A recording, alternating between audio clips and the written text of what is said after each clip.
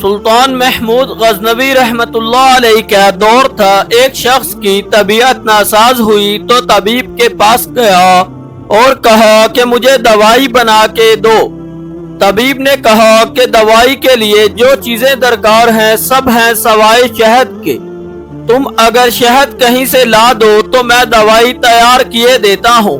اتفاق سے موسم شہد کا نہیں تھا۔ اس شخص نے حکیم سے ایک ڈبہ لیا اور چلا گیا، لوگوں کے دروازے کھٹکھٹانے لگا، مگر ہر جگہ مایوسی ہوئی۔ جب مسئلہ حل نہ ہوا تو وہ محمود غزنوی کے دربار میں حاضر ہوا۔ وہاں ایاز نے دروازہ کھولا اور دستک دینے والے کی رودادات سنی۔ اس نے وہ چھوٹا سا ڈبہ دیا اور کہا کہ مجھے اس میں شہد چاہیے۔ ایاز نے کہا آپ تشریف رکھیے، میں بادشاہ سے پوچھ کے بتاتا ہوں۔ ایاز وہ ڈبہ لے کر بادشاہ کے سامنے حاضر ہوا اور عرض کی کہ بادشاہ سلامت، ایک سائل کو شہد کی ضرورت ہے۔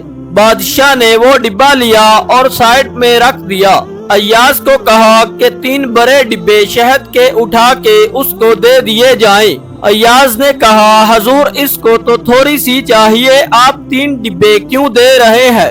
بادشاہ نے ایاز سے کہا ایاز وہ مزدور آدمی ہے، اس نے اپنی حیثیت کے مطابق مانگا ہے، ہم بادشاہ ہیں، ہم اپنی حیثیت کے مطابق دیں گے۔